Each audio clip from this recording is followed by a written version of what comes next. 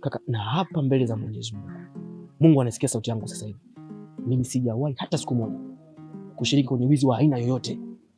Leo unaitwa mwizi, nimeiba. Sasa kibaya zaidi, mke wangu ana ujauzito. Ni jambo la kumshukuru Mungu. Sasa unakwenda kuitwa baba. Na kingine, sidhani kama Mungu anaweza kukutupa. Utarudi kazini na utakuwa sawa kama zamani. Baba, naenda kuitwa baba, sikatai. Lakini mwanangu atanitazama kama baba wa aina gani? Baba ambaye hana kazi.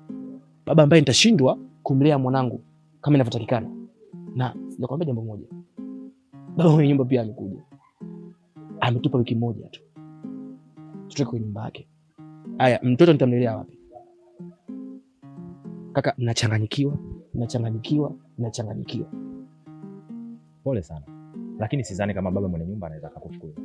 Kwa sababu wewe ni mlipaji mzuri sana wa kodi. Mimi nadhani yeye mwenyewe anajua wakati wa shida, na mtu akiwa ana shida ni mtu mzima yeye. Kwa hiyo sidhani kama anaweza kukufukuza. Kwa hiyo cha kufanya, uendelea kupambana. Mwenyezi Mungu atakusaidia na utakuwa sawa. Hata mimi natamani iwe hivyo kaka. Natamani sana iwe hivyo. Natamani Mungu aninue kwa mara nyingine tena. Kama alivyoniua mara ya kwanza, basi aninue tena. Hali ni mbaya kaka. Unajua mpaka unafikia wakati naanza kujuta. Naona kama vile nimekimbilia maisha. Kwa sababu kijana wa umri wangu kupanga nyumba kama ile, kukimbilia kuoa, kuishi na mwanamke ndani. Sijui nilikuwa nawaza nini. Nina umri mdogo, ningeweza kujitafuta. Lakini nikajiona nayaweza. Sidhani kama ni kwa ubaya, kwa sababu wakati huo ulikuwa na pesa. Na ulikuwa ni wakati wako wa kufanya hivi. Na pia ukiwa na pesa majukumu yanaongezeka. Sasa mimi sidhani kama ni jambo la kulaumu sana. Mimi naamini katika utendaji wako wa kazi. Utapata kazi sehemu nyingine au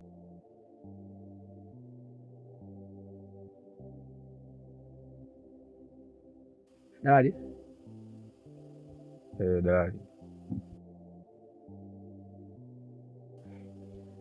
Simu yenyewe hapa. Hiyo ndio simu ambayo naiuza. Mimi nilinunua 650.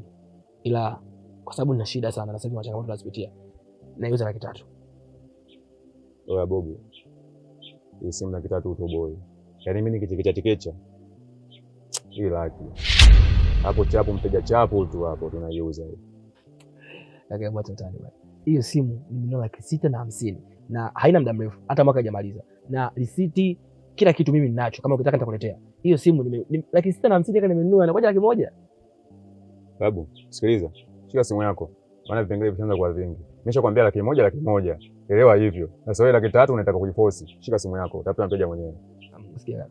Wewe cha kufanya. Mimi nakuuzia simu 300,000. Nisaidie 300,000. Ili mimi mambo yangu niweke sawa, kwa sababu 100,000 mimi siwezi kumaliza mambo yangu. Na hii simu thamani yake siku 100,000 kaka. Nishakwambia hii simu nikichekecha mimi laki chapo tu. Sasa wewe unataka sio 300,000. Yaani kwa sababu una shida ndio unaforce shida zako ili utimize haja zako. Hii simu mwanangu 100,000. Kama utaki shika simu yako, katafuta mteja mwenyewe, udalalie mwenyewe hivyo, shika. Sikia, basi sikia. Sio wanaume au sio? Nigeme 250. 250 hiyo 50 basi mimi nimesamea. Nigeme 250. Kuna kaja gani rafiki yangu? Unashindwa kuelewa. Mimi 100,000 hapana mimi bwana. Siwezi kwa simu yenu simu za 100,000. Mimi naondoka bwana. Mimi naondoka kaka. Oi vipi? Wewe nenda. Wewe ndio nyumbu mwenyewe. Baa basi. Na basi amna mama nigeme. Nani 100,000? Mambo si ndo kama hayo. Unete vipengele vingi. Mimi tayari mteja nishampangilia. Amesha kufikirie na kuuza kitu ufikirie. Vipi babu nafikiri wapi? Mimi mteja tayari nishamwelekeza hapo kuna simu 100,000. Twende mteja yupo. Mimi nikajua ila unayo hapo keshi. Twende kwa mtu mwingine tena nipe langu. Babu, mimi dalali. Sawa. Mimi sio mteja, mimi dalali na dalali ya vitu. Babu nitagaili sasa maana. Bora.